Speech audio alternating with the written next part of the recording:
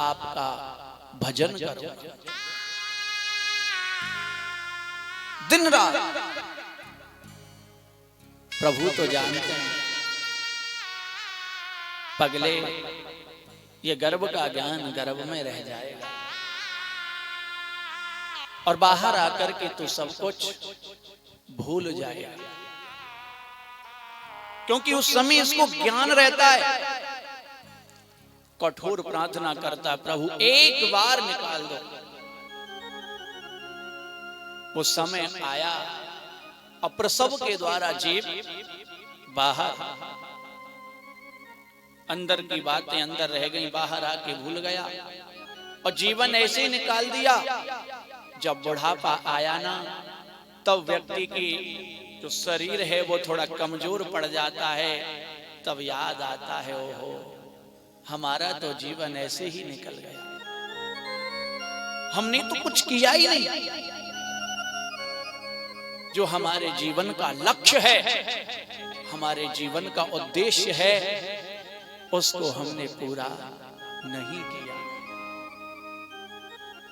और फिर वो भजन करना चाहता है लेकिन नहीं कर सकता। क्यों?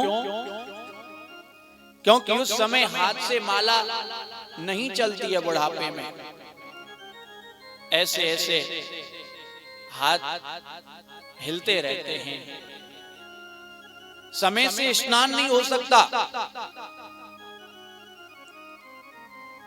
आंखों से देख नहीं सकता, पुराण आदि पढ़ नहीं सकते, जीवन ऐसे ही निकाल दिया।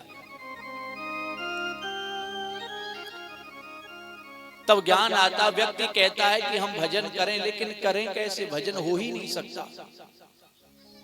क्योंकि भैया भजन तो तब होगा जब हम बचपन से ही प्रैक्टिस करेंगे, बचपन से आदत डालेंगे तो अंत समय में नाम आएगा, अन्यथा नहीं। हम अनन्य प्रकार के कर्म करते हैं, जीवन निकल जाता है। बचपन से लेकर के बुढ़ापे तक कभी भी फ्री नहीं होता है व्यक्ति घर के काम धंधे से। किसी को पूछ लो, कभी भी पूछ लो कि भैया आज आपके पास समय है, तो क्या कहेगा? नहीं नहीं, आज समय नहीं है, आज हमारे पास कोई अर्जेंट काम आ गया है।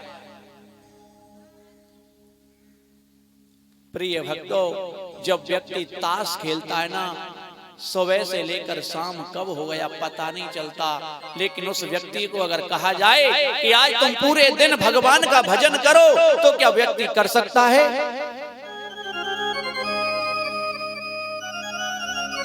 अरे पूरा दिन भी क्या, 1 घंटा भी प्रभु के भजन में नहीं बैठ सकता। लेकिन ताश खेलने में कब समय निकल गया पूरा दिन पता ही नहीं चलता। क्योंकि जानते हैं ये कैसे होता है, क्यों होता है? क्योंकि वो हमारे ऐसे कर्म नहीं है कि उन कर्मों के प्रभाव से हमें कथा में मन लगे।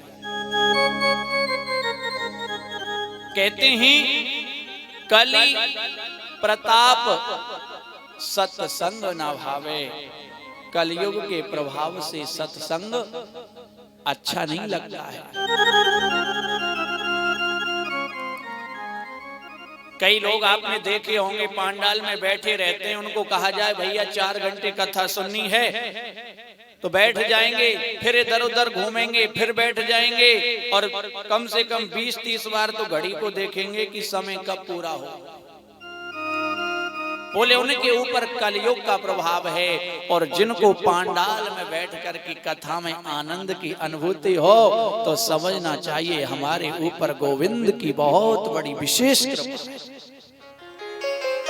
भगवान की जिसके ऊपर कृपा होती है, उसी का कथा में मन लगता है। भक्तों, श्रीमद् भागवत सनातन धर्म हमारी जो संस्कृति है, सबसे अगर कोई बड़ा कोई ग्रंथ है तो वो केवल श्रीमद् भागवत है। भागवत कोई पोथी नहीं है, कोई किताब नहीं है, साक्षात श्री कृष्ण है। आइए प्रथम श्लोक का ध्यान करते हैं।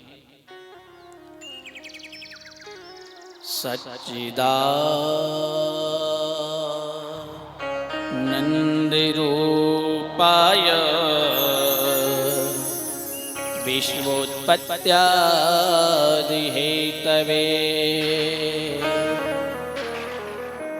तापत्रय विनाशाय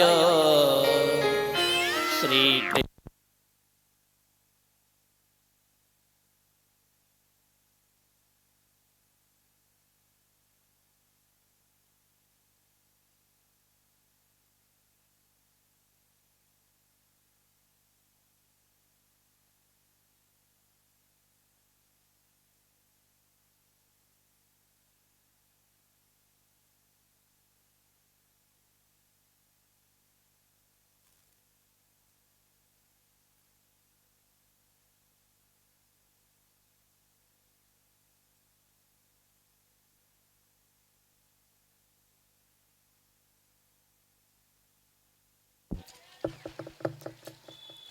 श्री राधे।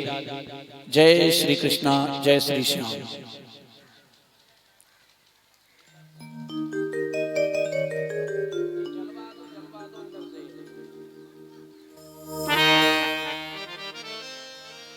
सच्चिदानन्दरूपाय विश्वोत्पत्त्यादिहेतवे तापत्रय विनाशाय श्री कृष्णाय वयं नुमः। प्रथम महात्मा की इस श्लोक का वर्णन किया है। यह श्रीमद् भागवत छंदों में गाया गया है। छंद क्या है? छंद है पादौ तु वेदस्य, वेद रूपी पुरुष का पैर है छंद। और प्रिय भक्तों, कहते हैं दो प्रकार के छंद होते हैं, एक तो वर्णिक छंद और एक मात्रिक छंद।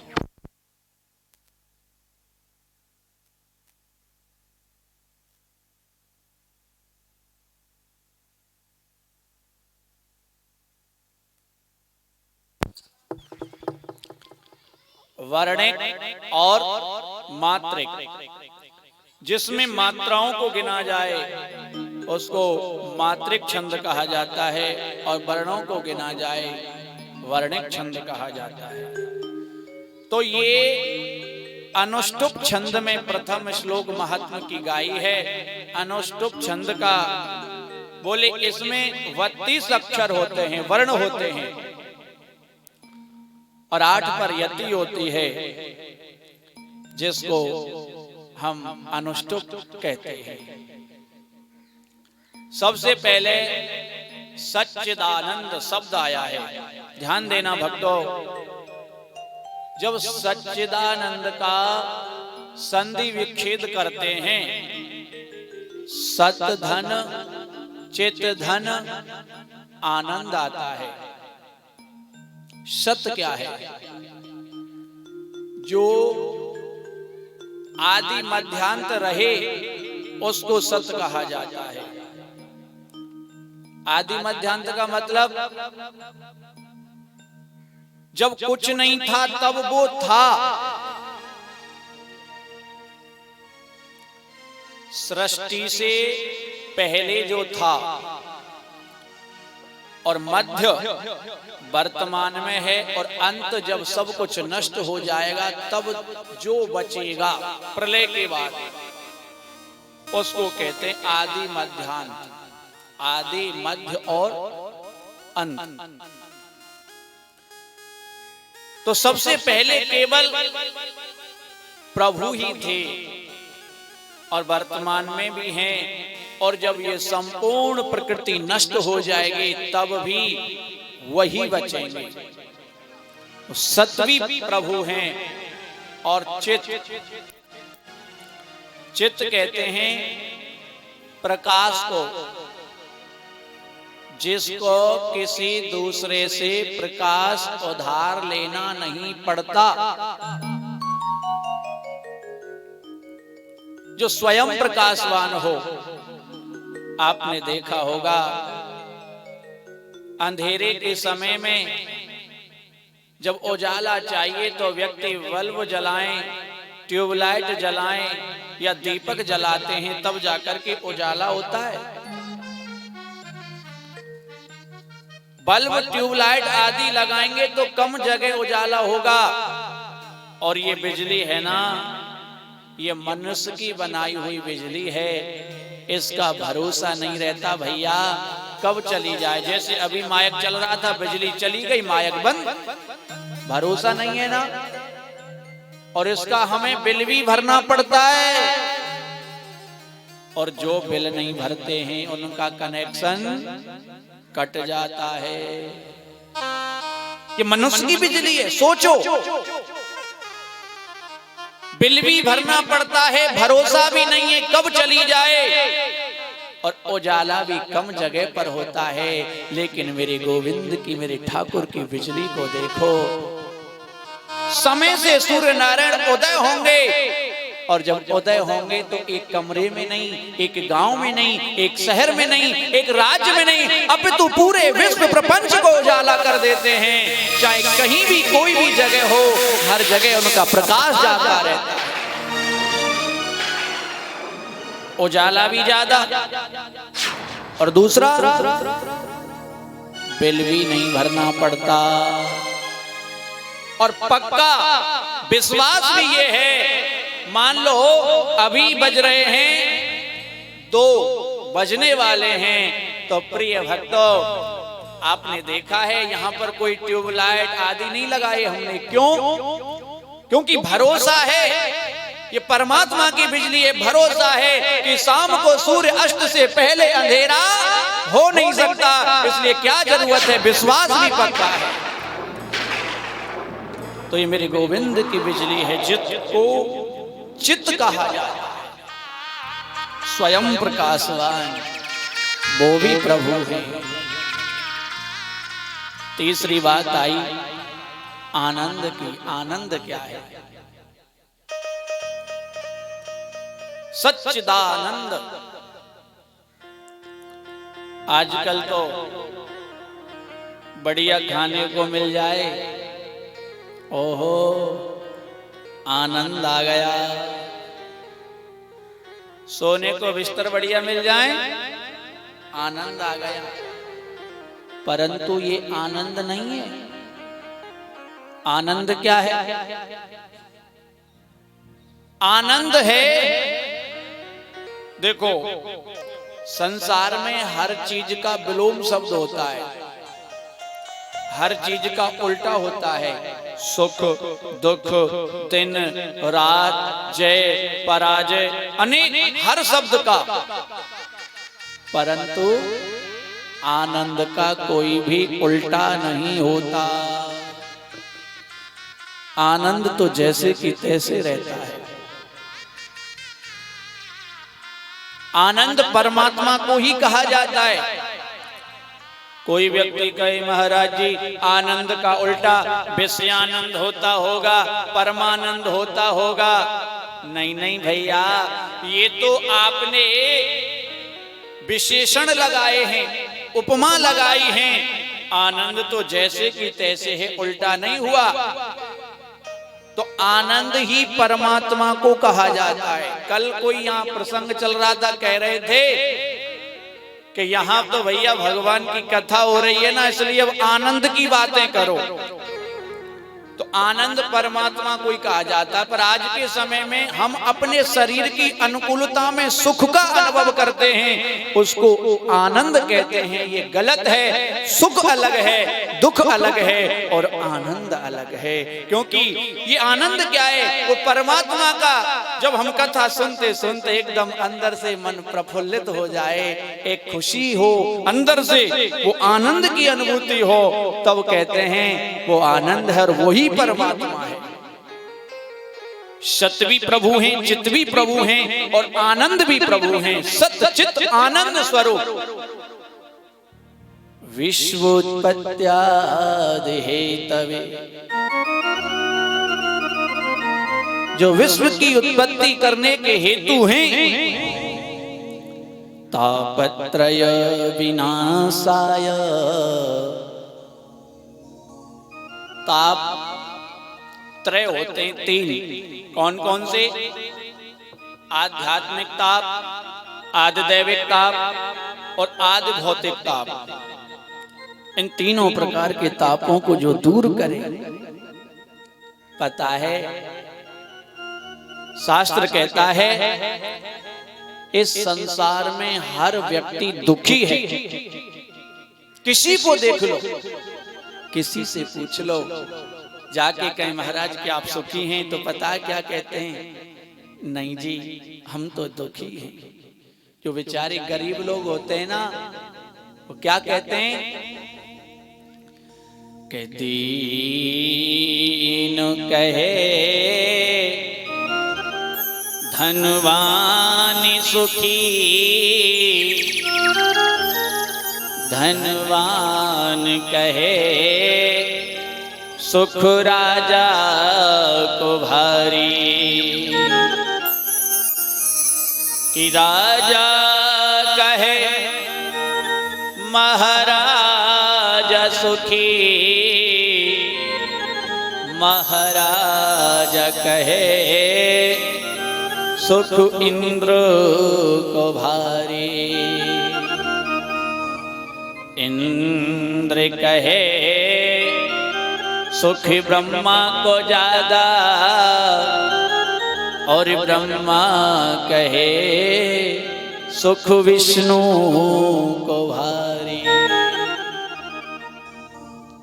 गरीब लोग कहते हैं महाराज जी हम तो दुखी हैं, पैसा नहीं है ना, पैसे वाले सुखी होंगे। पैसे वाले कहते हैं नहीं नहीं महाराज, राजा महाराजा सुखी हैं। और राजा महाराजा कहते हैं नहीं महाराज, सुखी तो देवराज इंद्र है, इंद्र। और इंद्र कहता है मैं भी सुखी नहीं हूं, सुखी तो ब्रह्मा है। और जो स्वयं ब्रह्मा है ना, वो क्या कहते हैं मैं भी सुखी नहीं हूं, सुखी तो विष्णु है। लेकिन भक्तो बाबा तुलसीदास जी क्या कहते हैं कि तुलसी दास विचार कहें, हरि भजन बिना सब जीव दुखारे। तुलसी बाबा कहते हैं कि जो प्रभु का भजन नहीं करता वो सब जीव दुखी रहते हैं। कोई तन दुखी, कोई मन दुखी, कोई धन बिने रहित उदास, थोड़े थोड़े सब दुखी, सुखी राम के दास। घर में बच्चे हैं, पैसा भी बहुत है, सर्व आनंद है, परंतु ऐसी बीमारी हो जाती है, डॉक्टर भी कह देता है क्या, चौपड़ी रोटी नहीं खाओगे, नमक नहीं खाओगे, मिर्ची नहीं खाओगे, घी नहीं खाओगे, तेल नहीं खाओगे। अरे भैया जब कुछ नहीं खाएगा तो क्या भूसा खाएगा? क्या काम आया पैसा? क्या काम आया परिवार, सगे संबंधी? धन की वजह से दुखी, कोई तन की वजह से दुखी, और सुखी तो वो हैं जिनको कोई चिंता नहीं है, संसार की, वो हमेशा, क्योंकि जो संत हैं, जो भक्त हैं ना, उनको ये चिंताएं नहीं होती हैं कि हमारे बच्चे की फैक्ट्री कैसी चलेगी, हमारे बेटा की शादी होगी कि नहीं होगी। उनको अगर केवल कोई चिंता है तो वो केवल एक है, हमारी गोविंद से प्रीति होगी या नहीं होगी, बस। और कोई चिंता नहीं, कोई टेंशन नहीं।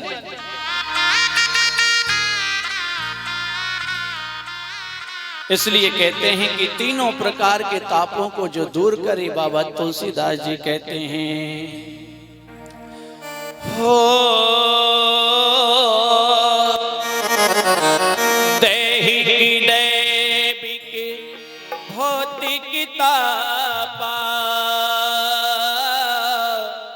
राम राज नहीं का होई व्यापा।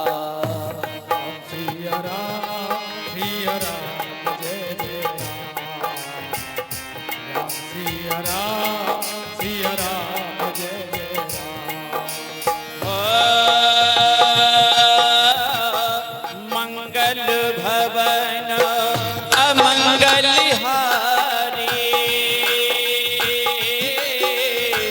प्रभु सुदर्शन अजय बिहारी। और राम सिया राम जय जय राम, राम सिया राम जय जय राम। दैहिक दैविक भौतिक तापा, राम राज नहीं काहुई व्यापा। प्रिय भक्तों, इसलिए कहते हैं कि जो परमात्मा का ध्यान करता है उसको ये तीनों ताप है ना सताते नहीं है। इसलिए कहा है, उलझे मत दिल बहारों में, उलझे मत दिल बहारों में, बहारों का भरोसा क्या। उलझे मत दिल बहारों में, बहारों का भरोसा क्या। उलझे मत दिल बहारों में, बहारों का भरोसा क्या। उलझे मत दिल बहारों में, बहारों का भरोसा। उलझी मत दिल बहारों में, बहारों का भरोसा क्या। उलझी मत दिल बहारों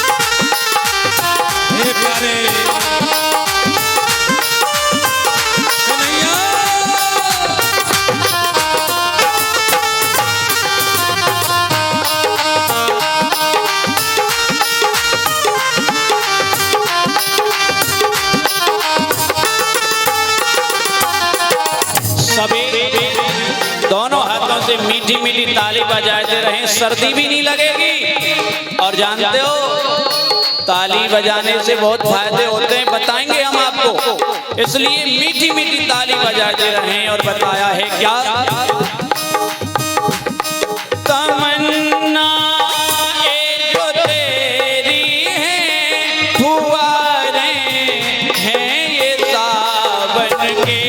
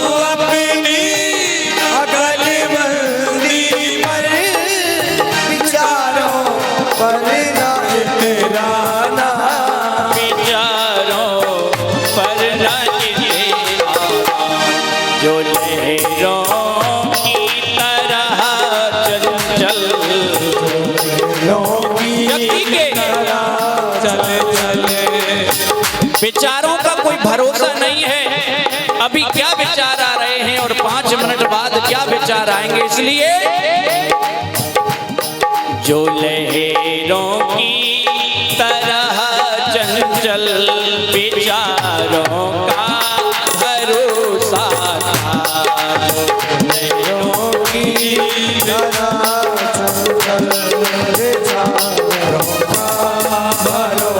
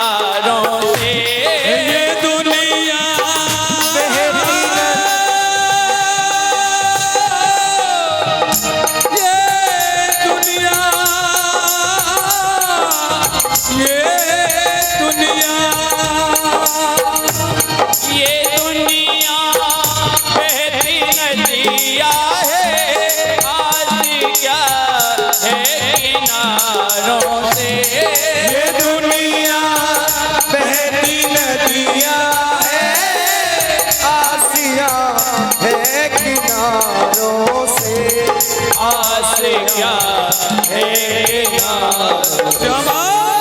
किनारे साथ ना बहते, किनारे साथ ना बहते, किनारों का भरोसा किनारे साथ ना बहते, किनारों का भरोसा। उलझी मची दिल बहारों में, बहारों का भरोसा क्या। उलझे मत दिल बहारों में, बहारों का भरोसा क्या। उलझी मती दिल बहारों में, बहारों का भरोसा क्या।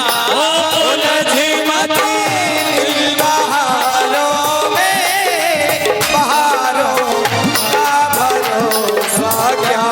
बहारों का भरोसा सहारे टूट जाते, सहारे टूट जाते, सहारों का भरोसा सहारे टूट जाते, सहारों का भरोसा मत दिल बहारों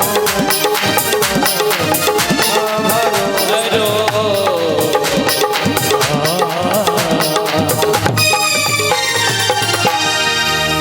भोली माँ की बिहारी लाल की एक बार सभी भक्त मिलकर के जयकारा बोले। देखो पहला दिन है ना, और अभी आपको भी नहीं पता है कि ये व्यास जी कैसे हैं, कैसा स्वभाव है, और श्रोता आप पहले हैं ना हमारे, इसलिए थोड़ा सा हमारी आदत है कि हम जयकारे जोर से ही लगवाते हैं। तो बड़े भाव से प्रेम से बोलिए बाल कृष्ण लाल की जय हो।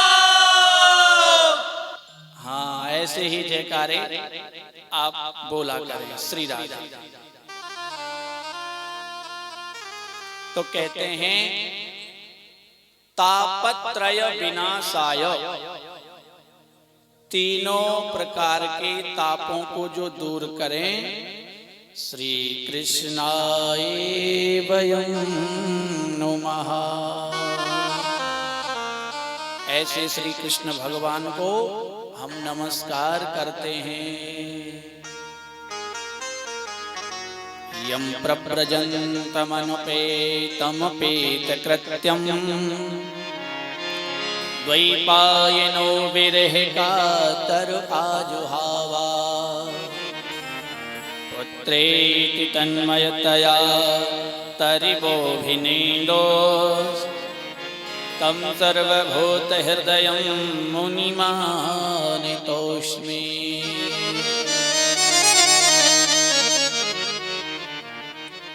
बोली श्री सुखदेव जी महाराज की जय। धनवान कौन है पता है संसार में?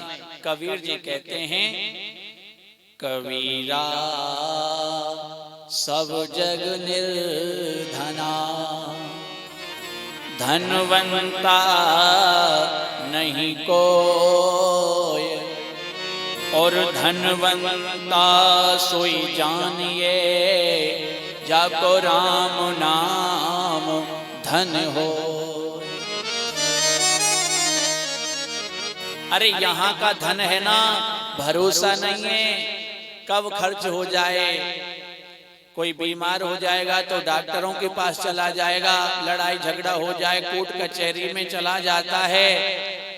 और भैया यहाँ के धन की चोरी भी हो जाती है, डकैती भी डल जाती है। लेकिन एक बात बताऊं, आपने जो धर्म के कार्यों में दान दे दिया, या आपने जो माला जप ली ना, आपने जो प्रभु का भजन कर लिया, जितनी माला जप ली प्रिय भक्तों, उसके बाद में जो आपने ये धन एकत्रित किया है राम नाम का, प्रभु के नाम का, तो ना तो इस भजन जो आपने किया है इस धन को भाई बट कर सकता है, न कोई चोर सकता है, और न इसकी डकैती डल सकती है। और भैया ये शरीर ही नहीं, जब ये शरीर नष्ट हो जाए उसके बाद में भी ये आपके काम आता है। और यहाँ का धन तो भरोसा नहीं है।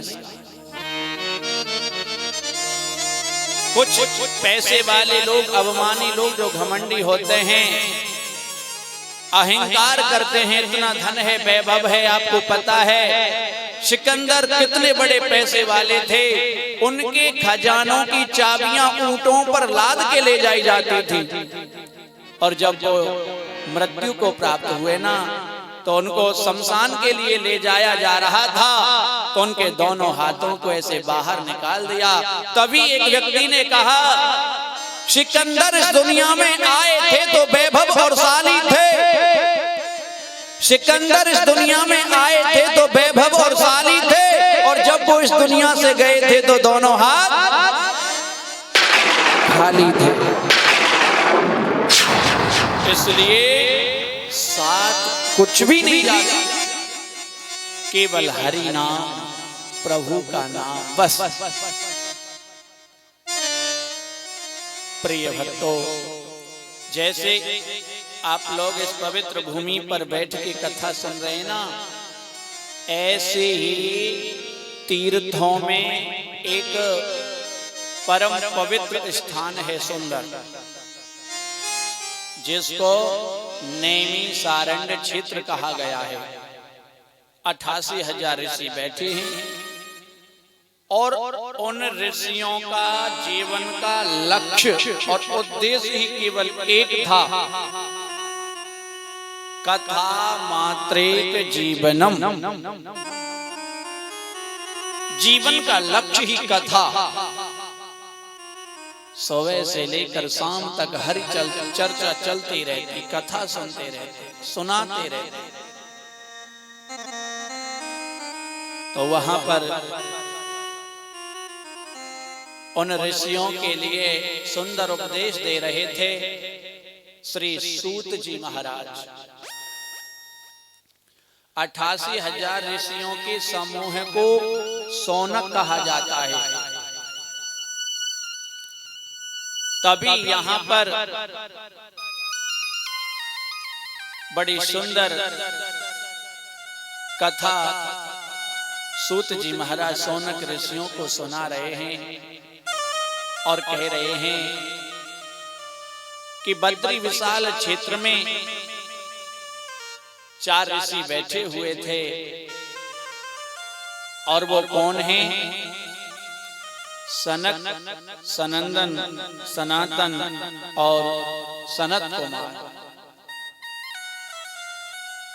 ये चारों ऋषि, और इनके पास में नारद जी का आगमन हुआ।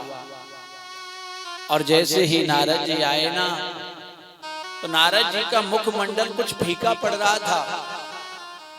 इन्होंने कहा, हे नारद जी, क्या बात है, आपको क्या चिंता है? हमें लगता है आप बहुत बड़ी कोई चिंता में हैं। आपकी चिंता का निवारण किया जाएगा, बताओ। तब कहने लगे, महाराज मैं क्या बताऊं, आप तो जानते हैं संत कभी अपने दुख से दुखी नहीं होते, वो तो दूसरों के दुख से दुखी होते हैं।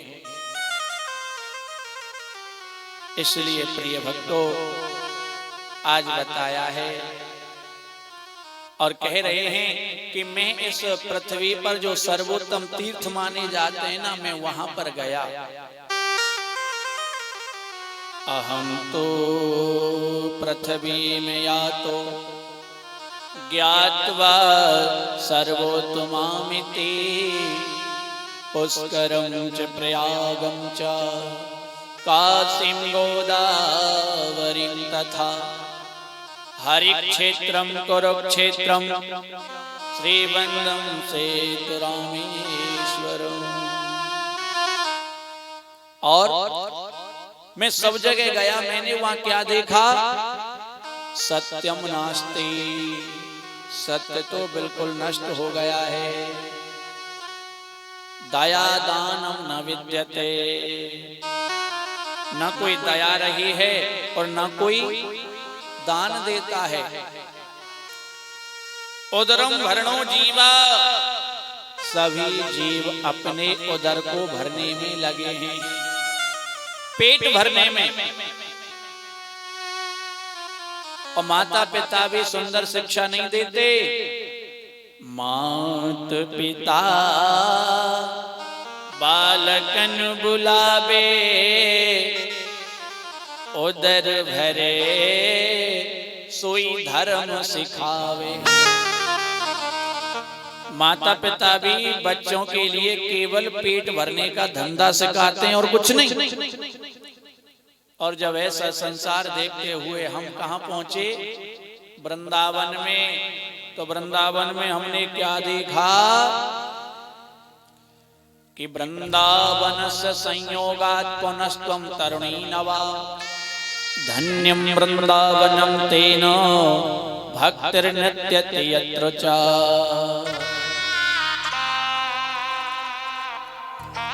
उस वृंदावन के संयोग से भक्ति जवान होती है, नित्य प्रति नृत्य करती रहती है।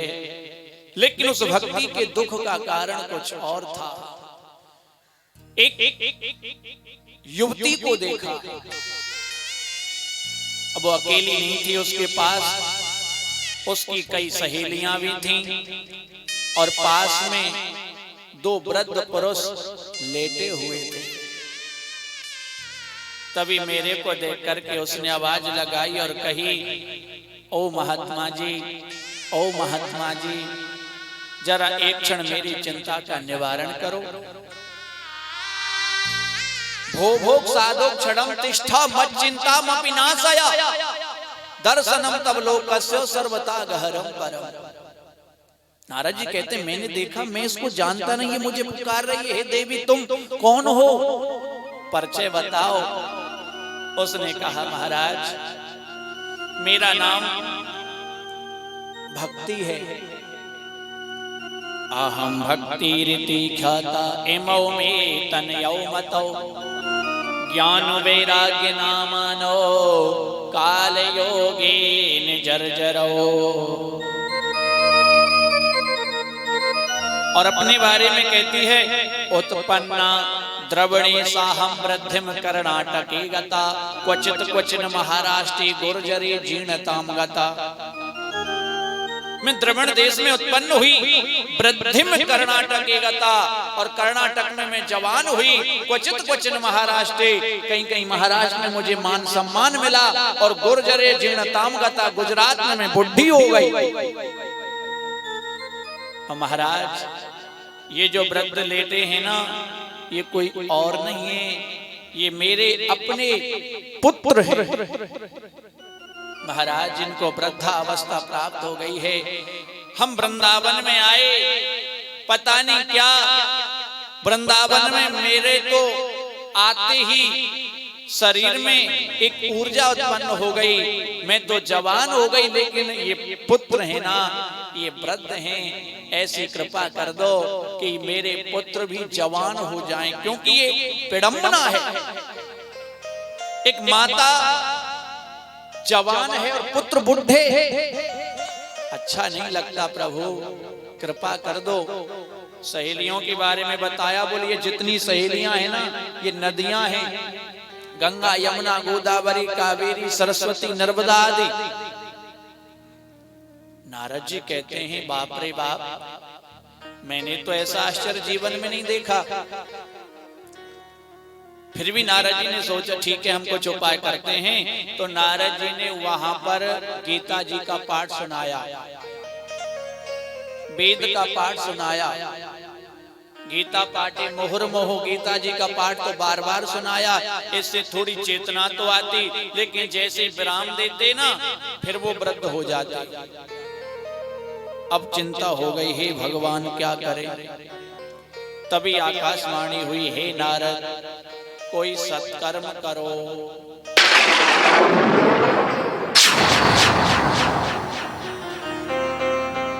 नारद जी सोचने लगे, ये गीता जी का पाठ सुनाना सत्कर्म नहीं है, इससे बड़ा और क्या सत्कर्म हो सकता है। तब वहां पर नारद जी को चिंता हुई और वो घूमते घामते आ रहे हैं और उन ऋषियों से कहा, प्रभु यही चिंता है मेरी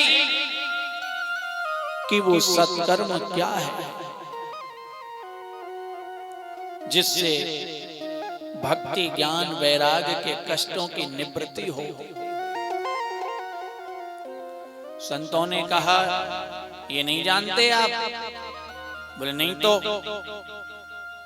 अरे वो सत्कर्म है श्रीमद् भागवत कथा। बोले भागवत कथा? अरे महाराज हम तो भागवत पहले ही सुन चुके हैं, हमें मालूम है कि भागवत वेद से आई है, और जब वेद हमने सुना दिए उससे कुछ नहीं हुआ तो भागवत से क्या होगा? ये थोड़ी शंका थी नारद जी के। तब संतों ने बताया, हे नारद जी, निगम कल्पितरोर्गलितं फलम् सुखमुखादमृत द्रव संयुक्तम् पिबति भागवतं रसमालयम् मोहरहो रस का भुवि भावुका।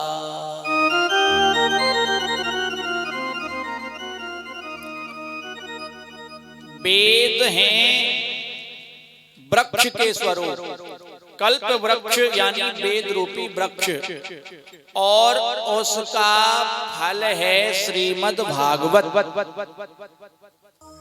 वेद वृक्ष है और उसका फल है भागवत। तब कहा, महाराज जी चलो ठीक है, आपने इसको फल कहा, लेकिन फल तो खट्टे भी होते हैं।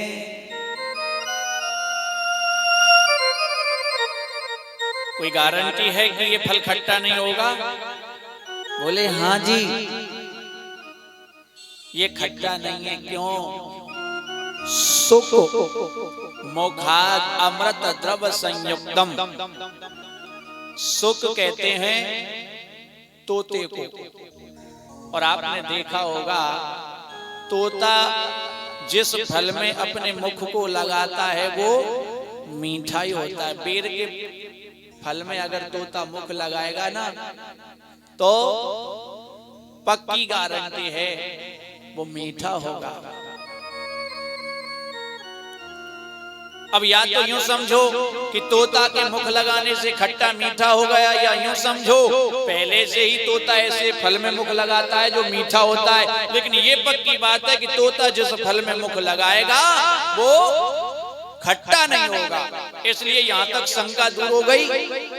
वेद का पका हुआ फल भागवत है, और उसमें भी ये सुखदेव जी के मुख द्वारा प्रकट हुआ है, इसलिए ये मीठा है। फिर कहें तो फिर तो इस रस का आनंद लिया जाए। बोले महाराज इसमें छिलका होगा, गुठली होगी, और उसको तो त्यागा जाता है ना। ये और बता दो भागवत जी में क्या गुठली है, क्या छिलका है जिससे उसको हम छोड़ दें? बोले नहीं भैया, इसमें ना कोई गुठली है और ना कोई छिलका है। तभी तो कहा पेवत भागवतम रसमालयम, भागवत रूपी रस को पियो। पीना क्यों कहा? चूसा नहीं जा सकता क्या? भाई रस का आनंद चूस के उस फल का ले सकते हैं जिसमें गुठली हो और छिलका हो।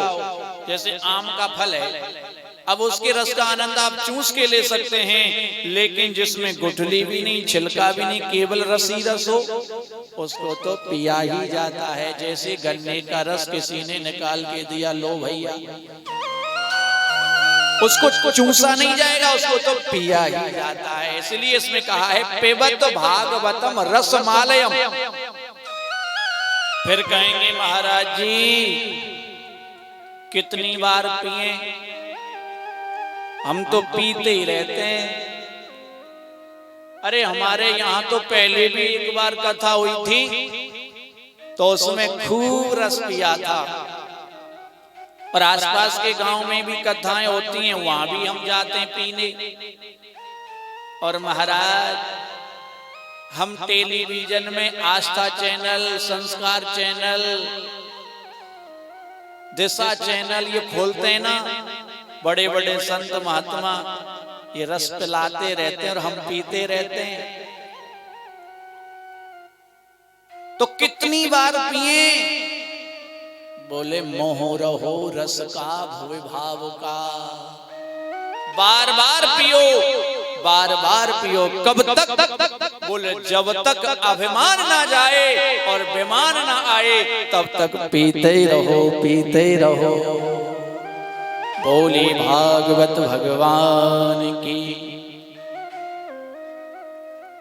बताया जैसे दूध से घी निकलता है ना, कोई माता घी में पूड़ियां उतार रही है, पूड़ियां उतारते उतारते घी हो जाए खत्म, तो दूसरी कहे अरे बहन, अरे घी खत्म है गो, कोई दिक्कत ना है, जे घी आयो कहां ते पतो है? दूध से, तो दूध डाल के पूड़ियां उतार लो। तो फिर क्या दूध में पूड़ियां उतर सकती हैं? नहीं उतर सकती ना।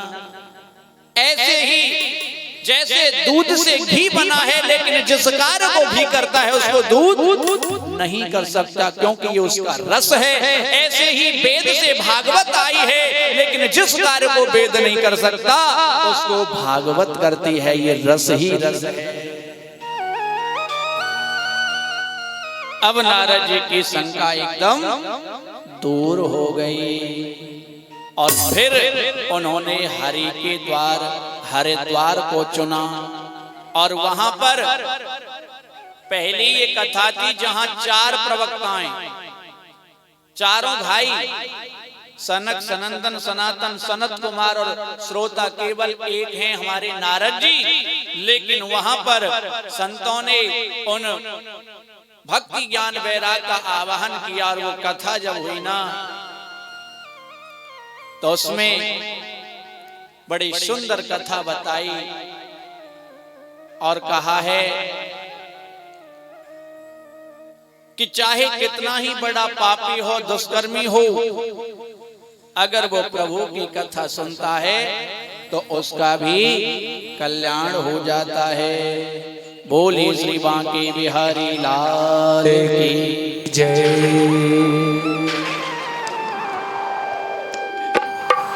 बोली बांके बिहारी लाल की जय।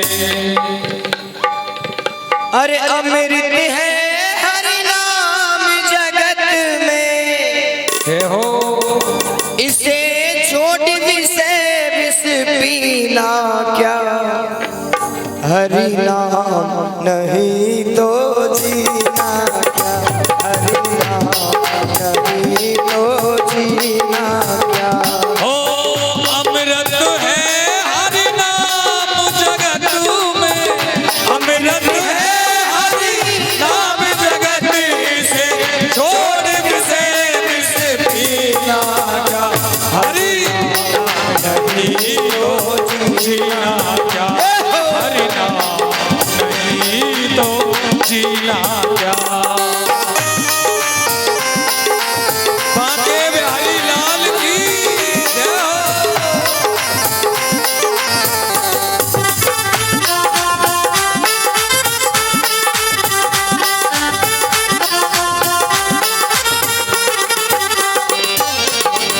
कहा है कि मेरे भक्त प्रेमियों, जिस व्यक्ति ने इस कलयुग में भगवान का नाम नहीं लिया उसका जीना बेकार है, क्योंकि ऐ काल सा अपने रस डोले ना जाने कब सर चढ़ बोले, ना जाने कब सर चढ़े बोले, ना जाने कब सर चढ़े बोले। काल सदा अपने रस डोले ना जाने कब सर चढ़े बोले, ना जाने कब सर चढ़े बोले।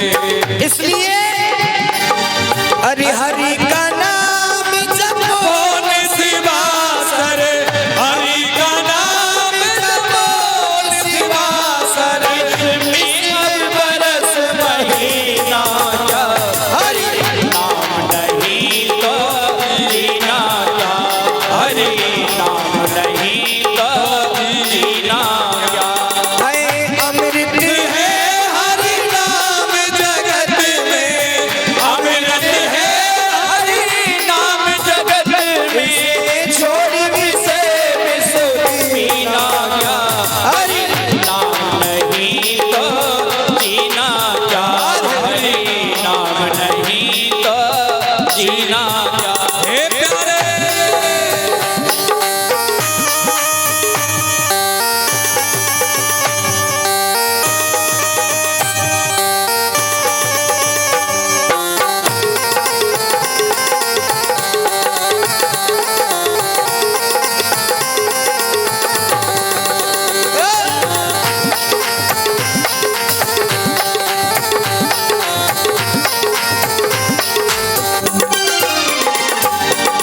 और बताया कलयुगी इंसान अपने पूरे शरीर को सोने चांदी के आभूषणों से सजा लेता है, लेकिन जो चीज सजाने की होती है उसको नहीं करता है। अरे भूषण से सब अंग सजावे, रसना पे हरि नाम नाम न आवे, रसना पे हरि नाम न आवे। भूषण से सब अंग सजावे, रसना पे हरि नाम न आवे, रसना पे हरि नाम न आवे। लेकिन जब इंसान का अंतिम समय आता है तो ना सोना काम आती है ना चांदी काम आती है। अरे देह पड़ी जाए रही पर, देह पड़ी जाए रही, फिर कुंडली और नगीना क्या, हरि नाम नहीं तो जीना क्या हरि नाम नहीं तो जीना क्या। अमृत है हरि नाम जगत में, और अमृत है हरि नाम जगत इसे छोड़ किसे रस पीना, हरि नाम नहीं तो हरि नाम नहीं तो जीना क्या।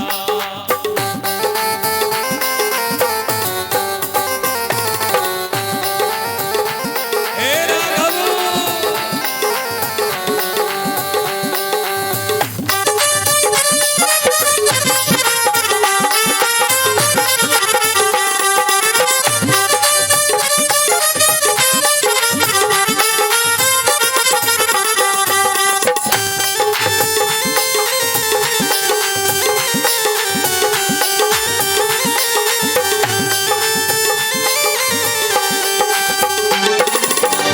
तीरथ है हरि नाम तुम्हारा, फिर क्यों फिरता मारा मारा, फिर क्यों फिरता मारा मारा, फिर क्यों फिरता मारा मारा। कोई भी इंसान अगर अपने नित्य नियम से परमात्मा का 2 मिनट भी नाम ले लेता है तो हमें किसी भी तीरथ करने की आवश्यकता नहीं है। तीरथ है हरि नाम तुम्हारा, फिर क्यों फिरता मारा मारा, फिर क्यों फिरता मारा मारा, फिर क्यों फिरता मारा मारा। क्योंकि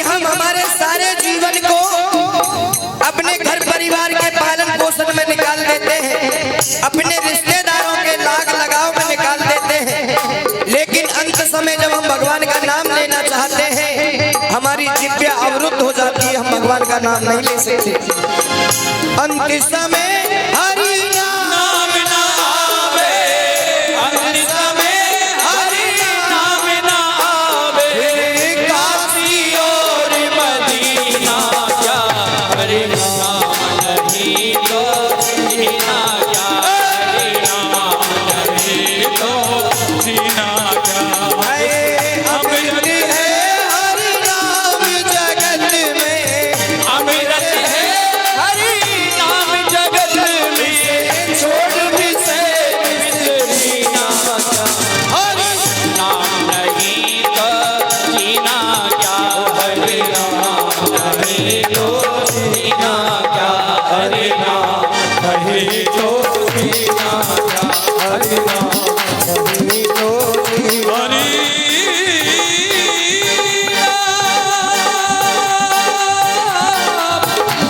नहीं तो जीना क्या, जीना क्या।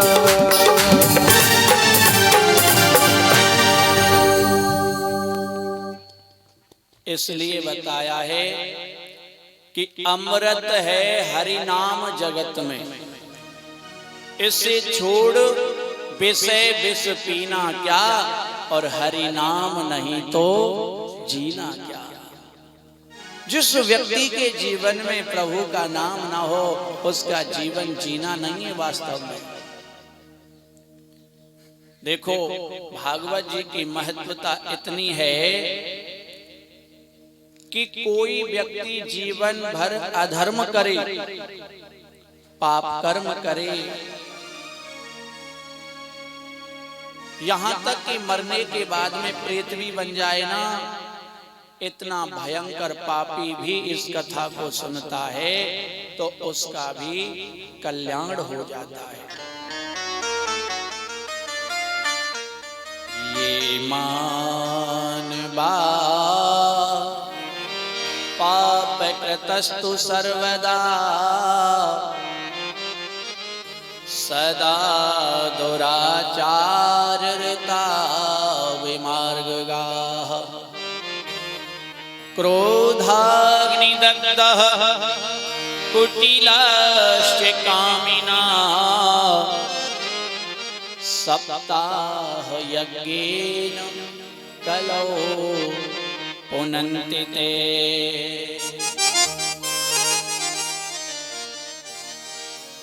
त्वंगभद्रा तटे पूर्वं भूतपत्तनमुत्ममं, यत्र वर्णा स्वधर्मेण सात्य सत्कर्म तत्परा, आत्मदेवः पुरे तस्मिन् सर्ववेद विशारदा, श्रोतस्मार्तेषु निष्णातो दुर्दयम् इव भास्करः। पुराने समय की बात है, त्वंगभद्रा के तट पर एक सुंदर नगर था और उसमें एक ब्राह्मण रहते थे जो कि बहुत ही बड़े विद्वान थे। यूं तो सभी वर्णों के लोग वहां निवास करते थे और पंडित जी का नाम था आत्मदेव।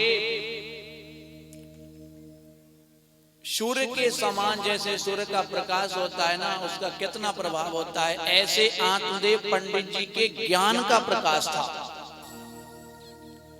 ठीक इनके कर्मों के विपरीत इनकी धर्म पत्नी, जिनका नाम है धुंधुली देवी, ये वैसे तो सर्व आनंद है पंडित जी के यहाँ, लेकिन कमी एक है, क्या कि इन पर कोई संतान नहीं थी। भक्तों, पंडित जी की उम्र भी बहुत हो गई थी और संतान थी नहीं, परंतु कहते हैं कुछ पड़ोसी ऐसे होते हैं, वो ऐसी व्यंग बातें कहते हैं कि व्यक्ति को दुखी अगर वो ना होना, जब उनकी बातों को सुने फिर भी वो दुखी हो, आए दिन रिश्तेदार मेहमान पड़ोसी आ जाते और आकर के एक दिन तो कहने लगे, अरे पंडित जी, हम बहुत दिन से देखते हैं कि आपकी ये तुलसी है ना, ये हरी भरी नहीं रहती, सूख जाती है, क्यों? फिर दूसरा कहने लगा, अरे महाराज, आपकी फुलवारी भी सूख जाती है। इतने में तीसरे ने कहा, अरे महाराज, आपकी गाय भी नहीं ब्याती, कारण क्या है? पंडित जी कहने लगे, पता नहीं भैया ऐसा क्यों होता है, वैसे तो खूब चकाचक सेवा करते हैं, तुलसी में भी जल देते हैं, फुलवारी में भी, पता नहीं ऐसा क्यों होता है। फिर एक बोले, हम बताएं? आप बताओ भैया। बोले, देखो, शास्त्र कहता है जिनके कोई संतान नहीं होती है ना, उनके हाथ से पितृ देवता भी जल ग्रहण नहीं करते, और यही कारण है ये सब कुछ हो रहा है। पंडित जी इतने बड़े ज्ञानी थे, लेकिन आज उन सब की बातें सुनकर के बेचारे दुखी हो गए, और उन्होंने बहुत सा धन खर्च किया, पुत्रष्टि यज्ञ रचाया, लेकिन संतान नहीं हुई।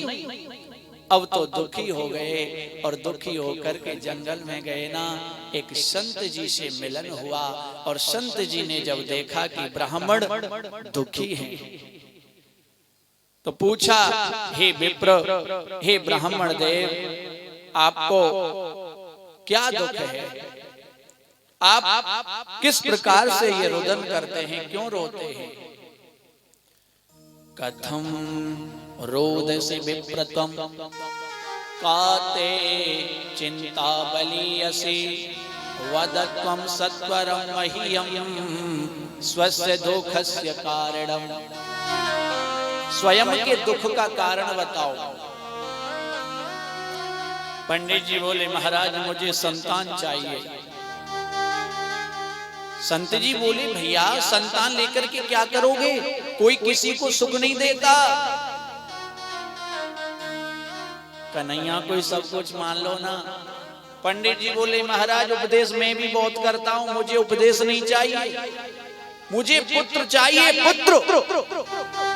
और अगर आपने मुझे पुत्र होने का वरदान नहीं दिया तो मैं यहीं अपनी हत्या कर लूंगा, और आपको ब्रह्म हत्या लगेगी। संत का हृदय पिघल गया, क्योंकि संत अपने दुख से दुखी नहीं होते, दूसरे के दुख से दुखी हो जाते हैं। संत हृदय नव नीत समाना, संत हृदय नव नीत समाना, कभी ने पद कहे न जाना,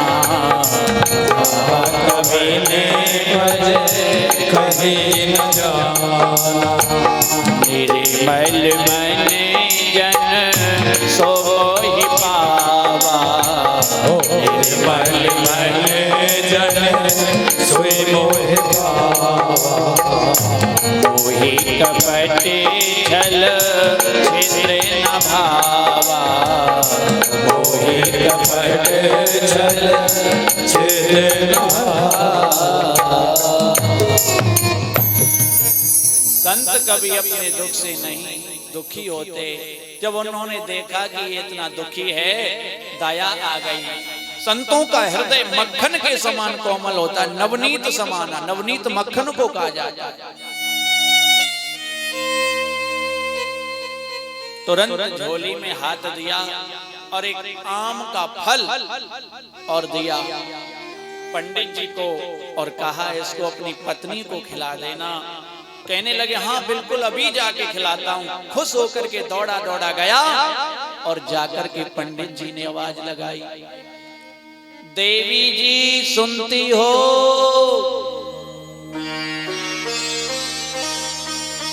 बाहर आओ। धुंधली देवी आई। धुंधली देवी का स्वभाव थोड़ा अलग था, विपरीत, पंडित जी के विपरीत। जी क्या है, फल दिया, लो ये फल खा लेना और इस फल को खाने से संतान जरूर होगी। ठीक है। पंडित जी तो बेचारे बाहर कथा करने चले गए। अब वो थोड़ी स्वभाव विपरीत था ना, तो अपनी एक सहेली थी, एक बहन थी, वो भी आई हुई थी, तो उनसे कहने लगी, सुनो बहना, आजकल हमारे पतिदेव की बुद्धि खराब है गई। दूसरी बोली, क्यों, क्या हुआ? अरे सुन, पता नहीं कहां से एक फल लेकर के आए हैं और कह रहे हैं कि ये फल खा लो संतान होगी। फलों से कहीं बेटा होयो करें? हाँ ये बात तो ठीक है, पर फिर भी बहन जब उन्होंने कहा है तो खा ले। नहीं नहीं, मैं नहीं खाऊंगी। क्यों? सुनो, अगर मैं फल खा लेती हूं और बाई चांस गर्भवती हो गई तो मेरो पेट बढ़ जाएगा, और जब पेट बढ़ जाएगा तो भोजन काई में करूंगी। सहेली बोली, ऐसा होता है क्या? चकाचक सेवा होगी, बात समय पे तो बहुत सेवा हुआ। ननंद भी ससुरालों से आ जाएंगी सेवा करने। बहन अब तो बिल्कुल ही नहीं खाऊंगी जा फल है। क्यों? बोले सुनो, मेरी ननद ऐसी ना है जैसे तिहारी है, मुंह पे तो हलो चलो जाए वो ना, और मैं तो पड़ी रहूंगी खटिया। मेरे घर में जो कछु संपत्ति है ना, बांध के पोटली बना के ससुराल ले जाएगी, मैं तो बिल्कुल ना। ओहो, ऐसा है। और सुनो एक बात और है, अगर मैं फल खा लेती हूँ, मैं गर्भवती हो गई तो मेरे से हला चला जाएगा नहीं। देखो वो धुंधली का स्वभाव विपरीत है थोड़ा, और उनकी बुद्धि है ना वो दुर्गुणों से भरी है, और जिसकी बुद्धि दुर्गुणों से भरी हुई हो उसमें कभी अच्छे विचार नहीं आते। गलत, हमेशा गलत सोच रही है, नकारात्मक। अरे बहन, जब मैं खटिया में पड़ी रहूंगी, हलो चलो जाएगो नहीं, और बाद समय पे लग जाए गांव में आग और भागवे को काम पड़ेगा तो कैसे भागूंगी? मैं तो जल की राख है जाऊंगी, राख। मैं बिल्कुल नहीं खाऊंगी आप फल। अब इस फल का क्या किया जाए? एक कहने लगी, अच्छा ऐसा है, तू नहीं खा रही है ना, तो तुम्हारी जो गाय है ना, गैया, इसके लिए खिला दो। फल को गैया जी के लिए खिला दिया। अब भक्तों, वहां पर एक उनकी बहन थी, वो गर्भवती थी, उस पर कई बालक थे। आपने देखा होगा, गोविंद की बड़ी विचित्र लीला है। कहीं कहीं भोजन करने वाले इतने होते हैं कि वहां भोजन नसीब नहीं होता, और कहीं इतना भंडार है वहां पर भोजन करने वाला पैदा नहीं होता। ये विचित्र लीला है। वो बेचारी गरीब थी, कई बालक थे, गर्भवती थी। कहने लगी, बहन सुन, मैं इस समय गर्भवती हूँ, तुम्हारे पतिदेव तो बाहर रहते हैं, जब ये बालक हो जाएगा मैं तुम्हें दे दूंगी, पतिदेव को बहका देना। बोले मेरे ही हुआ है, पर इसके बदले में मुझे तुम धन दे देना, क्योंकि मैं अपने पतिदेव को तो समझाऊंगी ना। अब उन्होंने ऐसी वार्तालाप की, समय आने पर ऐसा ही हुआ। उस पुत्र को अपना बना करके पंडित जी को बहका दिया, और उस समय से 3 महीने बाद गाय के भी एक पुत्र हुआ, बिल्कुल मनुष्य शरीर, केवल उसके उनके कान है ना वो गाय जैसे थे। ब्राह्मणों ने आकर के पहले तो गाय के पुत्र का नामकरण किया गौकर्ण। गौ माने इंद्री और कर्ण माने खींचना, जो इंद्रियों को खींच करके अपने बस में रखता है उसको गोकर्ण कहा जाता है। और जब उस बालक का नामकरण करने लगे ना, धुंधली देवी कहने लगी, सुनो जी, 9 महीना कष्ट मैंने पायो है, नाम में अपनी मर्जी से रखूंगी, काऊ पंडित जी पे नाम ना रखवानो। रख लो, कितना झूठ बोल रही है। वो 9 महीना मैंने कष्ट पाया, एक दिन तो कष्ट पाया नहीं। फिर भी उसने कहा, सुनो, मेरा नाम है धुंधली और मैं अपने बेटा को नाम धुंधकारी रखूंगी। धुंधकारी रखा। धुंध माने पाप, कारी माने करने वाला। जो पाप करने वाला होता है उसको धुंधकारी कहा जाता है। धीरे धीरे वो बालक बड़े हो रहे हैं, जो संस्कार जिसमें डले हैं वही उजागर हो रहे हैं। गोकर्णः पंडितो ज्ञानी धुंधकारी महाखला। गोकर्ण जी तो पिता के समान विद्वान हुए और धुंधकारी महा दुष्ट हुए। धीरे धीरे पहले तो माता ने बिगाड़ दिया बालक को लाड़ में। देखो, बच्चे के जीवन में सबसे ज्यादा सानिध्य माता का होता है। माँ चाहे तो बच्चे को पढ़ा लिखा करके विद्वान बना दे और माँ चाहे तो बच्चे को जेब कतरा और डाकू भी बना सकती है। बालक जब स्कूल जाए ना और कोई मित्र से पेन चोर के ले आए, घर कहे, मैया तुम्हें मेरे काज पेन लानो नहीं पड़ेगा। क्यों? क्योंकि मैं अपने मित्र से चोर के ले आया। मैया कहती हो बहुत अच्छा किया, पहले दिन पेन लाया, दूसरे दिन कॉपी लाएगा और तीसरे दिन तो बस्ता ही गायब कर दिया। करेगा। जब पहले पेन चोर के लाया था, अगर माता एक थपाड़ा लगा देती तो दोबारा गलती नहीं करता, पर ऐसा नहीं किया। इसलिए कहते बच्चे के जीवन में माँ का सानिध्य ज्यादा होता है। इसलिए कहते हैं भक्तों कि माँ की ममता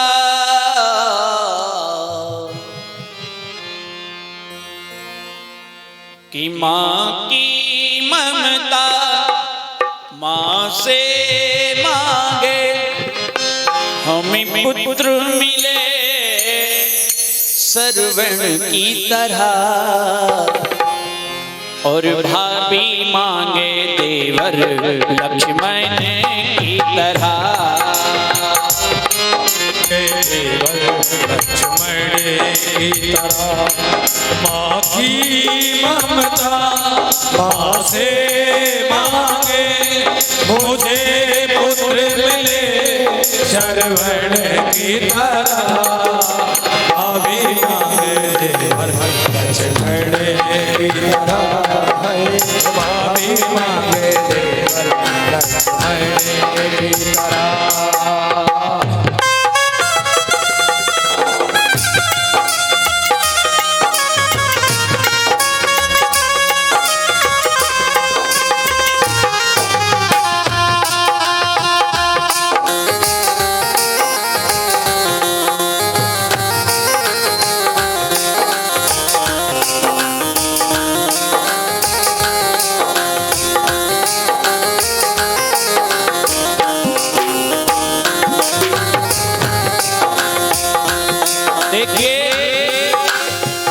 शास्त्र क्या कहता है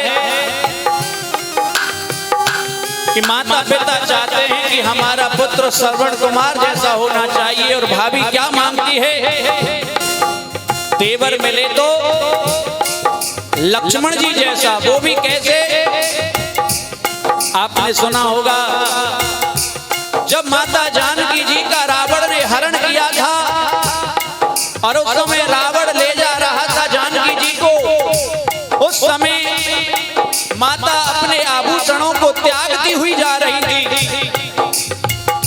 और जैसे ही प्रभु श्री राम और लखन दोनों भाई पूछते पूछते जा रहे हैं और सुग्रीव से उनकी मित्रता हुई। सुग्रीव ने उन आभूषणों को दिखाया, प्रभु के लिए दिया और प्रभु ने वो आभूषण लक्ष्मण जी को बताए और कहा लक्ष्मण देखना ये आभूषण तुम्हारी माता के हैं। तो लक्ष्मण जी ने क्या कहा है भैया, ना हम जानामि केयूरे ना हम जानामि कुंडलम, ना मैं मुकुट को जानता हूं ना मैं कुंडलों को जानता हूं। क्यों? क्योंकि मैंने कभी भी माता के चेहरे की तरफ देखा ही नहीं। हाँ इतना जरूर जानता हूं ये जो नूपुर है ना, ये जो चरण, क्योंकि मुझे उनके चरण स्पर्श करने का नित्य सौभाग्य होता था। नूपुर तो माता के हैं, नित्य स्पर्श चरणारविंदम। इसलिए कहते हैं अरे भाभी मांगे देवर लक्ष्मण की तरह, और भाभी मांगे देवर लक्ष्मण की तरह। हे प्यारे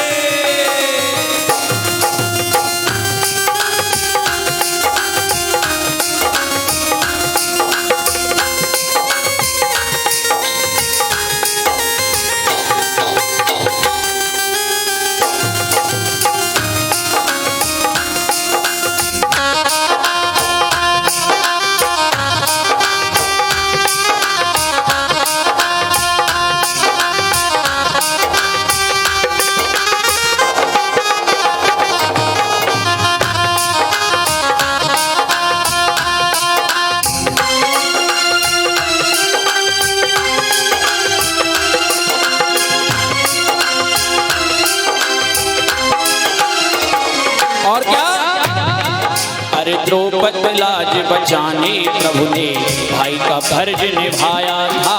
द्रौपदी लाज बचाने भाई का फर्ज निभाया था। दुशासन ने चीर जो पकड़ा आकर चीर बढ़ाया था। दुशासन ने चीर जो पकड़ा आकर चीर बढ़ाया था। पहना मांगे, पहना क्या मांगती है, पहना मांगे मुझे भैया मिले, मुझे भैया मिले मोहन की तरह। और क्या, अभी मांगे देवर लक्ष्मण की तरह, और भाभी मांगे देवर लक्ष्मण की तरह। भाभी मांगे देवर लक्ष्मण की तरह।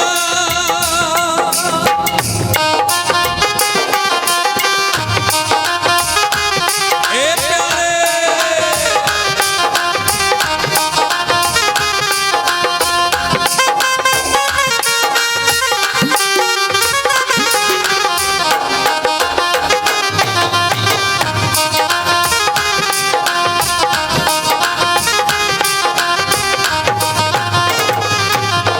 गुरु बिन ज्ञान कहाँ से पाऊं, गुरु से बड़ा न कोई। गुरु बिन ज्ञान कहाँ से पाऊं, गुरु से बढ़कर कोई। गुरु बिन ज्ञान कहाँ से पाऊं, गुरु से बड़ा न कोई। गुरु बिन ज्ञान कहाँ से पाऊं, गुरु से बड़ा न कोई। और भवसागर से पार उतारे सच्चा गुरुवर कोई। और भवसागर से पार उतारे सच्चा गुरुवर कोई। गुरुवरी मांगे, जय हो। गुरुदेव क्या मांगते हैं, गुरुवरी मांगे मुझे शीश मिले, मुझे शीश मिले अर्जुन की तरह।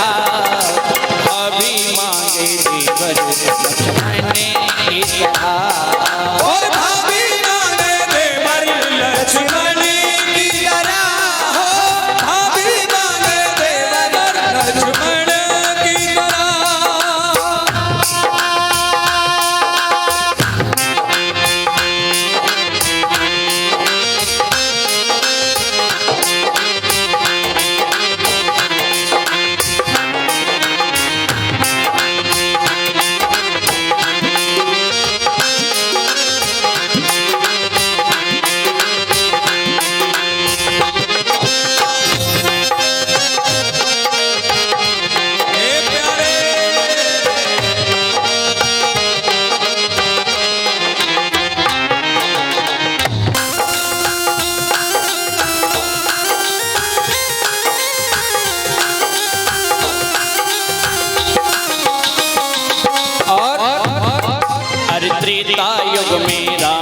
रामचंद्र ने आकर मान बढ़ाया था। त्रेता युग में रामचंद्र ने आकर मान बढ़ाया था। सीता जी का पता लगाने हनुमत लंक में धाया था। सीता जी का पता लगाने हनुमत लंक में धाया था। भगी बनी मांगे, भगी बनी मांगे, मुझे भक्त मिले, मुझे भक्त मिले, हनुमत की तरह। और भाभी मांगे देवर लक्ष्मण की तरह, भाभी मांगे देवर लक्ष्मण की तरह, भाभी मांगे देवर लक्ष्मण की तरह। माँ की ममता माँ से मांगे, हमें पुत्र मिले हनुमत की तरह।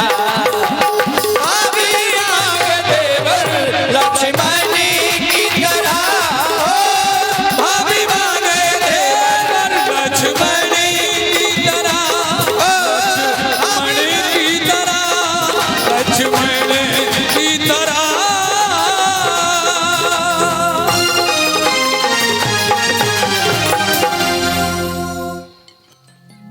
बोली बांके बिहारी लाल की आप बड़े भोले भाले हैं, क्योंकि जयकारा कम बोल रहे हैं, या तो सर्दी में निकल नहीं रहा अंदर से। हाँ, ये जाड़े के मारे घबरा रहे हैं महाराज। ओह, पर थोड़ा सा कोशिश करो, प्रयास करो। पहला दिन है, पहले दिन कम निकलेगा, दूसरे दिन और जोर से प्रैक्टिस पड़ेगी ना, धीरे धीरे जोरदार जयकारा बोलेंगे। बोली बांके बिहारी लाल की जय हो। हाँ बच्चा ने अब सुनिए। हाँ जय हो। ये सोच रहे पहले दिन ये ऐसा हीरो है पापा तो श्री राधे। तो वह बालक धुंधकारी माता के लाड़ प्यार में बिगड़ गया। पहले तो उसने झूठ बोलना प्रारंभ किया, चोरी डकैती शराब पीना और मांस भक्षण भी करने लगा। अब तो पंडित जी दुखी हो गए, क्योंकि जो मंदिर जैसा घर था उसको नरक बना दिया। दुखी हो जाते हैं। पहले समझाया बालक को, वो नहीं माना तो घर को छोड़ के जंगल की ओर प्रस्थान कर गए। तुरंत गौकर्ण जी आए, उन्होंने समझाया, पिताजी कहाँ जा रहे हैं? बोले मुझे नहीं रहना अब इस नरक में, मैं यहाँ नहीं रहूंगा। तो बोले नरक बना दिया है घर को। गौकर्ण जी ने कहा, पिताजी जिस प्रकार से आप इस घर को नरक बता रहे हैं, वैसे ये मनुष्य शरीर भी तो नरक का पिंड है। इसमें अस्थि रुधिर मलमूत्र का गड्ढा है, ये भी तो नरक है। मैं तो ये कहता हूँ कि आप तो केवल श्रीमद् भागवत के 10वें स्कंद का पाठ करो, जिससे कि तुम्हारी मुक्ति हो जाए। तो उन्होंने 10वें स्कंद का पाठ किया और उनका कल्याण हुआ। अब धुंधकारी थोड़ा और स्वतंत्र हो गया, पिताजी नहीं रहे। अब माताजी से कहता है, मेरे लिए धन ला। मैया बोली, लाला घर में है ना, कहाँ से लाऊं? तो इतना उपद्रवी हो गया कि चूल्हे की जलती हुई लकड़ी को माता के मुख में देने लगा और कहता है, कल तूने धन नहीं दिया तो मैं तुझे जान से मार दूंगा। धुंधली देवी इतनी घबरा गई। रात्रि के समय कूपे पातः क्रतौ रात्रौ तेन सा निधनम गता। उन्होंने तो कुएं में जाकर के अपनी हत्या कर ली। गौकर्ण जी तो बेचारे पहले तीर्थ यात्रा के लिए चले गए। अब माता पिता नहीं रहे, गोकर्ण जी भी चले गए, अकेला था और चोरी डकैती प्रारंभ। 5 वेश्याओं को घर में रख लिया, वेश्यावृत्ति करने लगा। एक दिन तो राजा के खजाने से चोरी की, और जिस प्रकार चोरी की वो सब बात वेश्याओं को बता दी। शास्त्र कहता है जो कुटिल नीच औरतें होती हैं ना, उनमें 8 अवगुण सदा निवास करते हैं। बाबा तुलसीदास जी कहते हैं, हो नारी स्वभाव सत्य सब कहे, अभिगुण आए सदा और रहेगी। सिया राम सिया राम जय जय राम, राम सिया राम जय जय राम।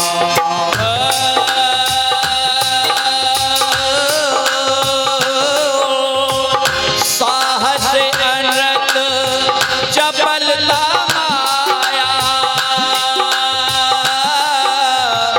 भय अविवेक के असोचे अदाया। सिया राम जय जय राम, राम सिया राम जय जय राम। 8 अवगुण सदा निवास करते हैं। उन्होंने सोचा हो इसने राजा के खजाने से चोरी करी है, ये तो पकड़ा जाएगा, फिर नंबर हमारा भी आ सकता है। इसलिए सोते हुए धुंधकारी का गला दबा करके गोविंदाय नमो नमः मार दिया उसको, और गड्ढा खोद के जमीन में गाड़ दिया, और जो वहां धन था ना उसको बट करके अपने अपने स्थानों पर चली गईं। ये इतना इसने अधर्म पाप किया था कि मरने के बाद धुंधकारी को प्रेत बनना पड़ा। गोकर्ण जी ने समाचार सुना तो बिहार में जो गया जी है ना, वहां पर जाकर के उन्होंने उनके नाम से तर्पण भी किए, और फिर जब वो घर आए सोचा अब घर में निवास करूं, तो जैसे वो आए ना तो शाम के समय वह अलग अलग भयानक भयानक रूप रख करके डराने लगा। प्रेत बन गया था, कभी भैंसा, कभी घोड़ा, कभी कुत्ता, कभी कुछ।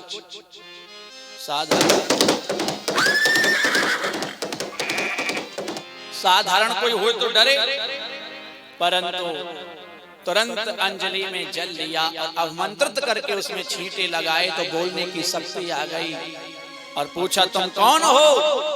प्रेत कहने लगा अहम भ्राता त्वदीयोस्मि धुंधुकारी तिनामता। हे भाई जी, मैं आपका भाई हूं और धुंधकारी मेरा नाम है, मेरी मुक्ति करवाओ। गोकर्ण जी कहने लगे मैंने गया जी में तर्पण कर दिया, क्या तुम्हारी मुक्ति नहीं हुई? हे भाई जी, मेरे जैसे पापी को 1000 बार भी तर्पण करवाएं तो मुक्ति नहीं मिल सकती है, कोई उपाय सोचो। गोकर्ण जी ने कहा ठीक है, हम कोई व्यवस्था करते हैं। फिर प्रिय भक्तों, वहां गोकर्ण जी ने प्रातः काल होते ही सूर्य नारायण भगवान से पूछा और उन्होंने श्रीमद् भागवत के बारे में बताया। तो सुंदर शुभ घड़ी मुहूर्त में गोकर्ण जी ने सुंदर मंच तैयार किया और यही श्रीमद् भागवत कथा को प्रारंभ किया। प्रेत बन गया था ना वो धुंधकारी। अब प्रेत को कोई शरीर तो होता नहीं है, हवा वायु स्वरूप होता है, जिधर से हवा चले वो उड़ के चला जाए। अब कथा सुने कैसे, क्योंकि स्थान चाहिए ना। तो वहां पर गोकर्ण जी ने मंडप में 7 ग्रंथि का हरा बांस लगा दिया, उसमें आवाहन किया। यहाँ पर भी व्यवस्था हुई है, क्योंकि हम ऐसी भावना होती है, ऐसा नियम है कि जो पितृ देवता होते हैं ना, उन सब का आवाहन वहां किया जाता है और फिर कथा 7 दिन सुन करके वो सब जो हमारे पितृ हैं उन सब की मुक्ति होती है। वैसे 7 ग्रंथि का हरा बांस का मतलब क्या जानते हो? हरे बांस का मतलब है कि चेतन हमारा शरीर, और इसमें प्रमुख 7 ही ग्रंथियां हैं। जैसे पहला जोड़ ये गर्दन, दूसरा, तीसरा, 4 कमर, 5 घुटने, 6 और नीचे पंजे, 7 ग्रंथि। तो ये मनुष्य शरीर ही हमारा 7 ग्रंथियों का बना हुआ है। और बस हम कथा सुने मन लगा करके तो अनेक प्रकार की जो शक्तियां होती है ना, वो हमारे अंदर ही बैठ करके और अपना जीवन सफल कर लेती हैं। इसलिए मन से कथा कभी भी मनोरंजन की दृष्टि से नहीं सुननी चाहिए, बल्कि इसलिए सुननी चाहिए कि कथा सुनना हमारा धर्म है। हम मंदिर में जाएं वो इसलिए ना जाएं कि मंदिर में जाने से हमारा ये काम बने, बल्कि इसलिए जाएं कि मंदिर जाना हमारा धर्म है। तो कथा सुन करके आनंद की अनुभूति होती है और कल्याण होता है। तो यहाँ पर बड़े सुंदर 7 दिनों तक ये श्रीमद् भागवत कथा हुई और फिर तो वो समय आ गया जब उस प्रेत स्वरूप धुंधकारी के लिए एक विमान आया और उसमें बैठ करके वो जाने लगा। श्रोता तो बहुत थे वहां, जैसे यहाँ हैं। सबने गोकर्ण जी से कहा, महाराज ये क्या हो रहा है? कथा तो सबने सुनी है, फिर अकेले आपके भाई जी को मुक्ति क्यों मिल रही है? तो गोकर्ण जी ने भगवान के पार्षद जो विमान लेके आए थे उनसे कहा, भैया क्या बात है, ये फल में भेद कैसे हो गया? तो पार्षदों ने बताया, हे गोकर्ण जी, जैसी कथा इन्होंने सुनी है ना धुंधकारी ने, वैसी कथा किसी ने नहीं सुनी, इसीलिए फल में भेद हुआ है। फिर वहां दोबारा कथा हुई, सबने मन लगा करके कथा सुनी, कथा का मनन किया, तब जाकर के सबको गोविंद की प्राप्ति हुई। बोले बांके बिहारी लाल की जय। देखो, श्रोता 3 प्रकार के बताए हैं। एक तो होते हैं श्रोता, पता है किसे कहते हैं? जैसे कथा का समय रखा है हमने 11 बजे से 3 बजे तक, तो जो कथा का समय निश्चित हो उस समय से पहले पहले वो आ जाएं, अपना स्थान ग्रहण कर लें, मन लगा करके कथा सुने, और यहां से जब जाएं तो वही चर्चा आज व्यास जी ने क्या सुनाया था उस पर थोड़ा मनन करें, आपस में चर्चाएं करें, तो उनको प्रथम नंबर वाले श्रोता कहा जाता है, जो सबसे श्रेष्ठ होते हैं। और दूसरे नंबर वाले होते हैं सरोता। जानते हो सरोता किसे कहते हैं? सुपारी काटने वाले को।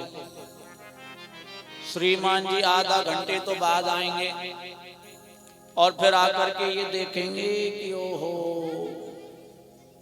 थोड़ी सजावट बढ़िया नहीं करवाई है। फिर कहेंगे अरे पांडाल बढ़िया नहीं बनवाया। फिर कहेंगे अरे साफ सफाई तो करवाई नहीं। फिर कहेंगे संगीत वाले बढ़िया नहीं है। और फिर कहेंगे ब्यास ही बढ़िया ना, पता नहीं कहा बोले, समझ भी ना पड़े कछु। जब से आएंगे तब से यही काम सरोता वाला, कभी ये ठीक नहीं है, कभी वो ठीक नहीं है, ना तो खुद सुनते हैं और ना बेचारे पड़ोसी को सुनने देते हैं। वो होते हैं सरोता। और तीसरे नंबर वाले तो हमें बड़े अच्छे लगते हैं। अब तो खैर सर्दी के दिन हैं, लेकिन जब गर्मी के दिन हो ना और गर्मी के दिनों में ओहो व्यक्ति पसीने पसीने आ जाते हैं और फिर वो ठंडी ठंडी हवा चले ना तो ओहो इतना ठंड, आहा ऐसा लगता है जैसे एसी चल रहा हो। और कई लोग तो कोई दीवाल का कोई वृक्ष का ऐसे पीठ लगाने को सहारा मिल जाए, ऐसी चौकी समाधि लगे 3 घंटा की जय हो। और सुनो बेचारे बूढ़े बड़े की तो विडंबना है, बेचारे हमारे बूढ़े बड़े अगर सोएंगे तो पता चल जाता है कि ये सो रहे हैं, तो बेचारे सोते भी नहीं है, इस वजह से ये क्या कहेंगे। पर भगवान ने माताओं के लिए तो ऐसे व्यवस्था बना रखी है, जैसे नींद आवे ना जय हो इतना करे, फिर कोई दिक्कत ना है, फिर तो ना पड़ोसी है पतो ना ब्यास है पतो, और नींद कब पूरी हो गई। पर सुनो जैसी नींद के झोंका में और दूसरी पे गिरे ना, फिर अरे क्या कर रही है, ओहो सो गई थी। अरे और फिर उनको कहो क्यों री कैसी सुना में व्यास जी का, अरे बहुत अच्छी सुना में। बोले कहा सुनाया, बोले इतना याद नहीं रहता। अब याद कहां से रहेगा, क्योंकि यहाँ पे तो एक बार कथा चल रही थी, एक बूढ़ी मैया आई, व्यास जी जय हो बीमारी मिटा दी। बोले क्या महाराज में ऐसी बीमारी है कि मुझे घर पर भी 2-2 नींद की गोली लेती हूँ ना तब जाके नींद आती है। पर महाराज एक कथा ऐसी बढ़िया सुनिए, नींद की गोली लेनी नहीं पड़ती और ऐसी चौकी नींद आवे महाराज, मेरे लिए तो फल में लगाया कथा का। बता तीसरे नंबर वाले होते हैं सोता, लेकिन भैया प्रथम नंबर वाले सबसे श्रेष्ठ होते हैं। और देखो कथा तो जो पांडाल में आ जाए ना, फल तो उनको भी मिलता है जो सोते हैं। आप ये मत समझना हम अच्छा बुरा जो भी करते हैं हमारी रिकॉर्डिंग चल रही है। जैसे हमारे यहाँ भाई जी आप सबको कैच करते रहते हैं अपने कैमरा में, रिकॉर्डिंग करते हैं ना, हम कुछ भी करें कुछ भी बोलें कुछ भी गाएं सब रिकॉर्ड हो जाता है। ऐसे ही हम जीवन में जो क्रियाएं करते हैं वो चित्रगुप्त उसने कैमरा फिट किया हुआ है सबके ऊपर, हम सब की क्रियाएं उसमें कैद हो जाती हैं। अब जीव जब वहां जाता है ना तो वहां पर उसको मिलता है, अरे भैया 4 घंटे परमात्मा की कथा में तो बैठा था, चाहे कथा सुनी नहीं सुनी कोई दिक्कत नहीं है, परंतु 7 दिन तक 4-4 घंटे परमात्मा की कथा में बैठा, इतनी भरी सर्दी में पैसे थोड़ी मिलते हैं उनको यहाँ बैठने के, लेकिन वो बैठे हैं, सर्दी भी सह रहे हैं। क्यों? क्योंकि उनका लगाव कन्हैया से है, इसलिए उनको भी फल मिलता है। प्रिय भक्तों, इसलिए कहते हैं कथा में जरूर आना चाहिए। और थोड़े से नियम आपको बताऊं कथा सुनने के, तो देखो खाने पीने की बात, जो भक्त सोच रहे हो व्यास जी कुछ नियम भी बता दो। बेचारी हमारी बहनें भी जिन्होंने कलश उठाए हैं बोली महाराज हमारा भी कोई नियम है क्या, तो ध्यान से सुने। खाने पीने की बात तो ऐसी है, जो व्यक्ति नियम से कथा सुनना चाहे कृत्वा फलहारेण वहा घृतम पानम पयो पानम, घी खा करके कथा सुनो, ये भी लिखा है। पर आजकल घी भी बढ़िया नहीं है, पचाने वाले भी बढ़िया नहीं है, तो ये नियम नहीं हो सकता। फिर फल खा के सुन लो, बोले महाराज फलों से भी कुछ नहीं होता, चूहा कूदते रहते हैं, फिर कथा में मन नहीं लगता। अच्छा एक समय भोजन कर लो, एक समय फल आदि। एक मैया बोली महाराज हमें तो 3-3 बार भोजन करने की आदत है, एक समय से क्या हो, तो कोई बात नहीं, अगर रह सके तो एक समय भोजन करो, एक समय फलाहार आदि लो, और नहीं तो कोई दिक्कत नहीं है। आप तो कथा में जैसा मन करे ना, मन लगे सुनने में वैसा करो, कोई दिक्कत नहीं है। बस कथा सुनने में दिक्कत नहीं होनी चाहिए। 2 बार 3 बार, मैं तो ये कहता हूँ टिफिन भी ले आओ सब, कोई दिक्कत नहीं, कथा भी सुनते जाओ। भाई मुख्य कर्म है हमारा कथा सुनना, उसमें विघ्न नहीं आना चाहिए। बस इतना भी मत खा के आना कि फिर बीच में जाना पड़े, ठीक है। तो खाने पीने की बात। और दूसरा, जैसे सुबह आप स्नान ध्यान करके यहाँ आए, जो कलश है ना, इनके नीचे जौ बोए हैं, तो एक लोटे में जल लाएं, मांझ के बढ़िया, थोड़ा थोड़ा जल डालें अपने अपने सभी कलशों में, थोड़ा थोड़ा। और सुबह भी दीपक जलाएं घी का, और शाम को करीब 6-7 बजे के लगभग आरती का समय होता है, उस समय भी आप यहाँ पर दीपक जलाएं और नियम से कथा सुने। और देखो, रोजाना भागवत जी की ऐसे 108 परिक्रमाएं लगती हैं, तो अगर आपकी ये श्रद्धा के ऊपर है, जो कोई लगा सकता है वो लगाएं, कीर्तन करते हुए परिक्रमा लगाया करें। एक साथ नहीं लग सकती हैं तो सुबह आधी लगा लो, आधी शाम को लगा लो। किसी को सुबह समय मिले सुबह लगाओ, शाम को समय मिले शाम को लगाओ, क्योंकि जहां पर भागवत कथा होती है वहां पर समस्त तीर्थ अपने स्थानों से चल करके आ जाते हैं। इसलिए जो यहाँ एक दिन में 108 परिक्रमा लगाएगा, समझो गिरिराज जी की जो हम परिक्रमा देते हैं, जो वहां पुण्य मिलता है, उतना ही पुण्य यहाँ मिल जाएगा। केवल परिक्रमा 108 लगानी है। और उसका भी नियम है, परिक्रमा लगाते समय आपस में कुछ बातें नहीं करें, घर की बातें नहीं करें, किसी की बुराई नहीं करें, क्योंकि हम देखते रहते हैं कई लोग तो गिरिराज जी भी जाते हैं ना, तो यहाँ तो मौका नहीं मिलता है बतराने का, तो वहां पूरी कथाओं को जय हो।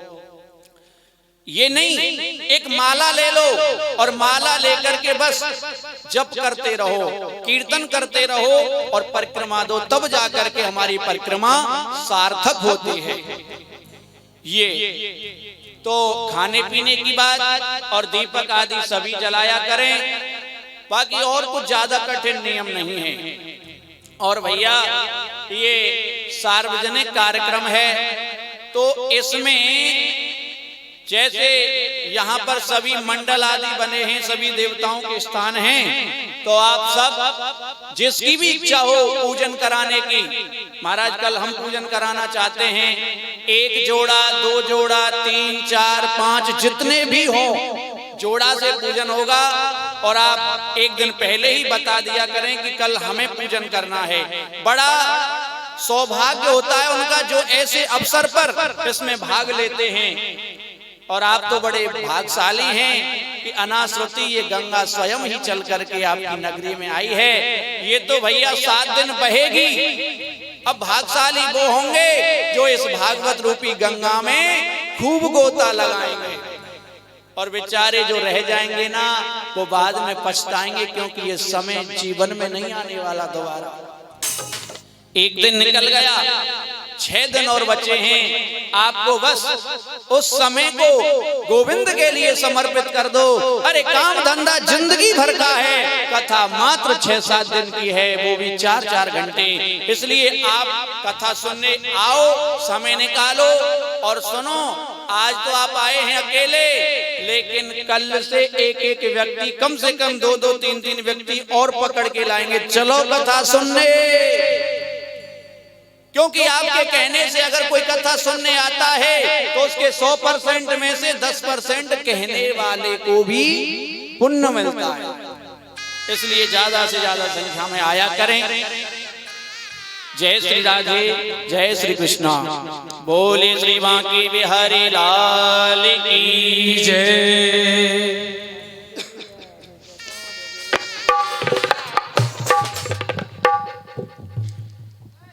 आइए, बड़ा ही सुंदर भजन, और इसके बाद में फिर आरती के दर्शन करेंगे। जय हो। बोलिए बांके बिहारी लाल की जय।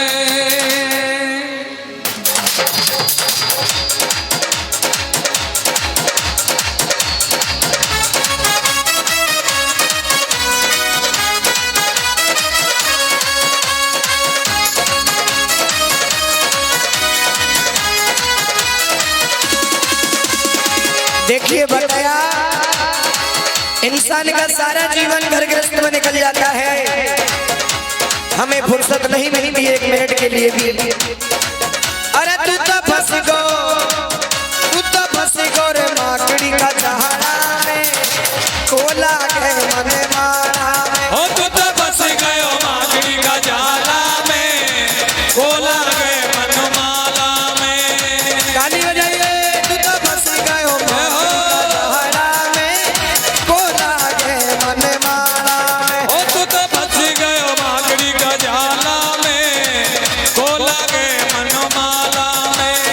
अरे कोला के मन मारा मेरे भाई नहीं लागे चित मारा में और कोला गए मनमाला में मैं नहीं लागे चितमाला में। ए तू तो फंस गयो ए तू तो फंस गयो ए तू तो फंस गयो माकड़ी का जहरा में नहीं लागे मन मारा में हो तू तो फंस गयो माकड़ी का जाला में नहीं लागे मनमाला में। काके बिहारी लाल की जय हो। झूमते हुए सभी झूमते हुए ताली बजाते हुए जवान।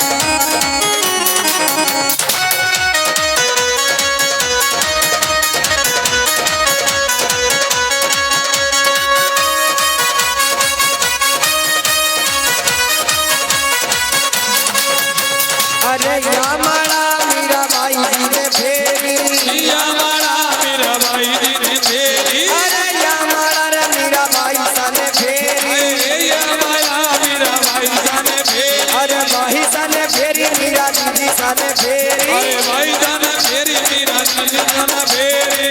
अरे वो तो पी गई ये वो तो पी गई ये वो तो पी गई शहर का प्याला ने बोला गए मनमाला में तू तो फंस गयो माकड़ी का जाला में नहीं नया गए मनमाला में। बाके बिहारी लाल की जय हो। जवान।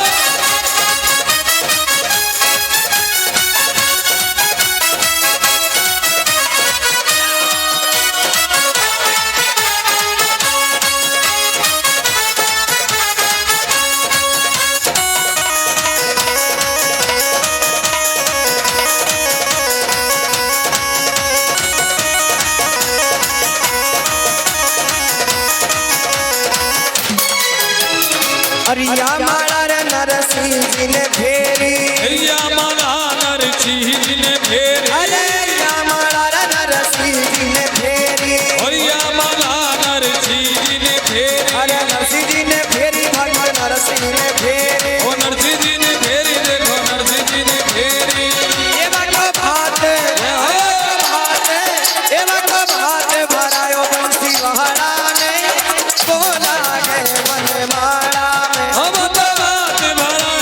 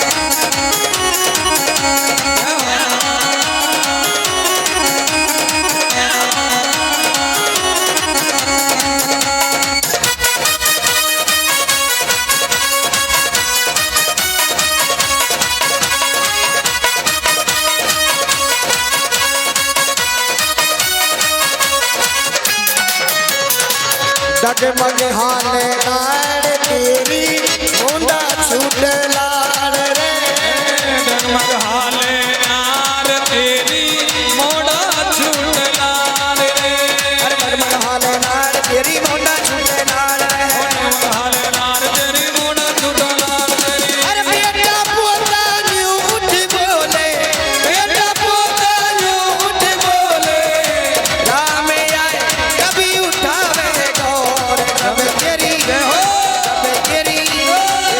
तेरी जाएगी जवानी ऊंट बुढ़ापो तेरी आवे जब तेरी जाएगी जवानी रूप बुढ़ापो मेरी आवेगो ओ तू तो फंस गयो भागड़ी का जहाड़ा में बोला है मन मारा में ओ तू तो फंस गया मकड़ी का जाला में बोला गए मनमाला में अरे नहीं लागे मन मारा में ओ मेरा नहीं लागे मनमाला में अरे को लागे मन मारा में